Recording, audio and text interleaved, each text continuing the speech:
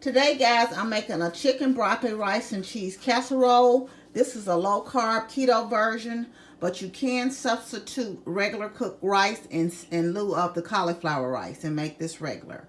You will need a bag of broccoli, a bag of cauliflower rice, some chicken breast, whatever kind of chicken you would like to use. I'm using chicken breast tenders today.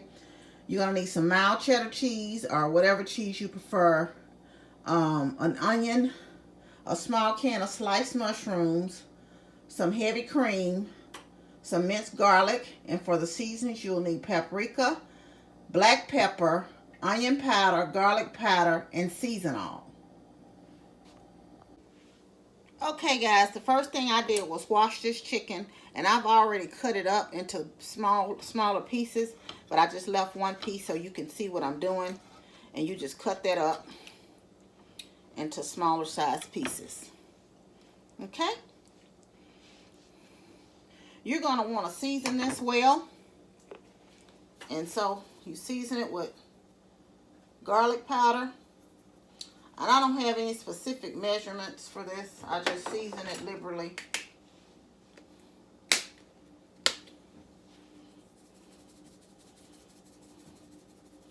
I left out one ingredient, y'all, and I'll show y'all that in a minute. It's just some Norris chicken bouillon.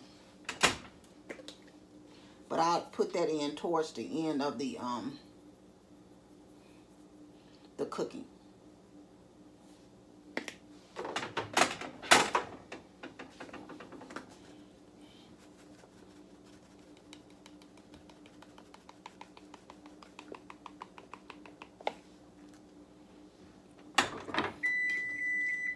The oven's ready to go, and I just mixed that up pretty good for the season. Let me put a little bit more season all on here.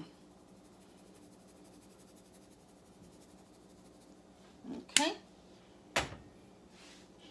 And because this is chicken breast, I am going to put just a little olive oil down in the pan, and I'm going to get the pan to heating. Okay.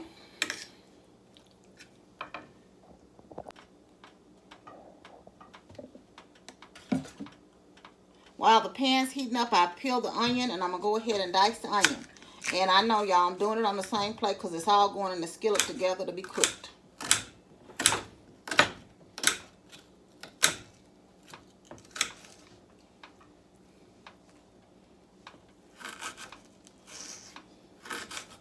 And if it's something you just don't like, you can always omit whatever it is from the recipe.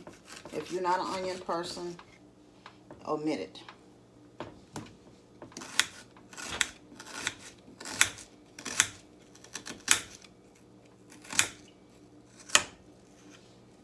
Okay. And I know some people may not wash their chicken, but I grew up, my grandmother washed it, my parents, my father washed it, I wash meat, my daughter washes her meat. If you choose not to wash your meat, hey, that's you. You know, I'm not telling you one way or the other how it works for you, because you got to eat it, not me. You know, so I know in this new day and age, they say it's not necessary. Okay, y'all, the skillet has heated up quite nicely. I had it on the back out while I was using the front to cut up. But you're just going to put everything in the skillet. And you're going to saute that. Now, if you don't have a oven safe dish to put this in, this is oven safe. So you'll have to have it. If not, you'll have to transfer everything to another oven safe dish, of course. I don't want you putting something in that is not going to work for you. Now, while that chicken sauteing, you're going to drain and rinse your canned mushrooms.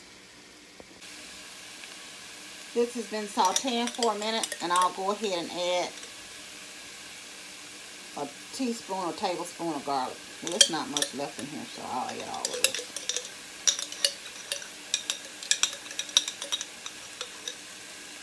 And like I said, if you're not a garlic person, you can omit this.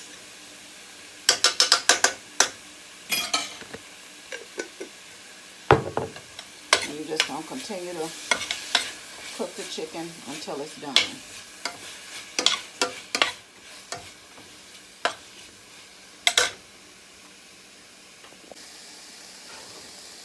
At this point now, guys, the chicken is done. You're going to want to add the rinsed and drained mushrooms to the pan.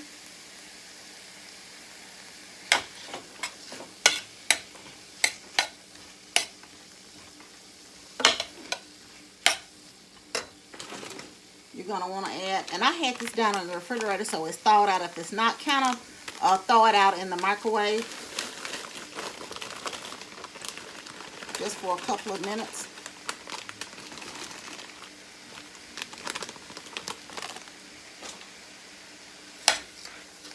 And you're only going to stir this around for a couple of minutes, guys, because this is going to cook in the oven. So you don't need to kind of have this on for a long time. I do the cauliflower first and stir it around for about a minute. And then the same with this. I let the broccoli, down. I took it down yesterday, so it's still got a little ice in it, but you're going to mix that in as well. Okay, y'all, I'm going to let that kind of simmer here for a couple of minutes. Then we'll come back and add the rest of the ingredients. Oh, guys, I felt like some of the broccoli pieces was too big. So what I'm doing is just cutting some of them down, by the way, and you can do the same. And also, in lieu of this, you can use fresh.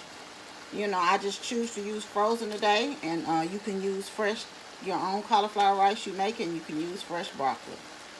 Okay.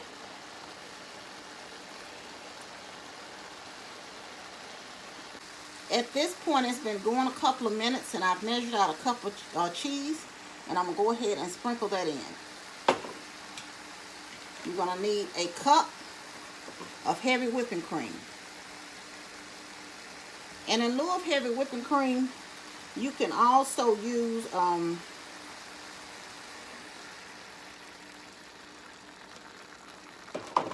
cream of mushroom soup if you would like, but that wouldn't be, it's best to use if you're doing a low carb. But if you're doing a traditional version, you can use a can of cream of mushroom soup.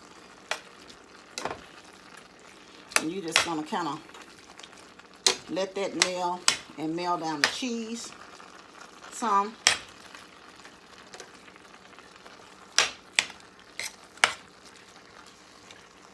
If this is the point where you'll add some bouillon, and you'll need about, I would say, a tablespoon. It's probably more than a tablespoon that I put in mine,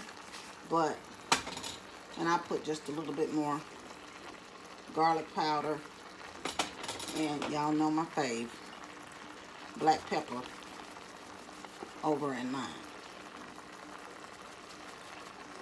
Okay, you're just gonna let that go for a few minutes there, and the cheese is already starting to melt down.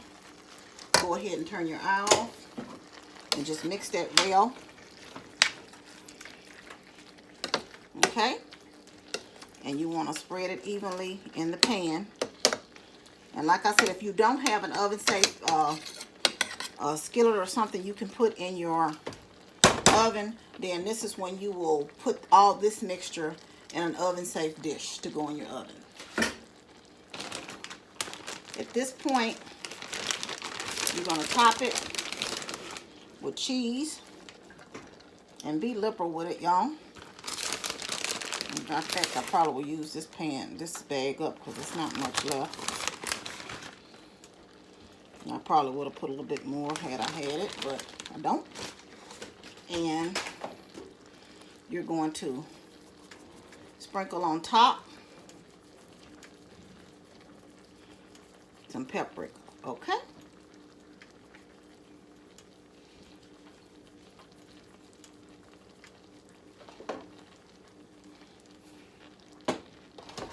This will now go into a 350-degree oven for 20 to 25 minutes, uncovered.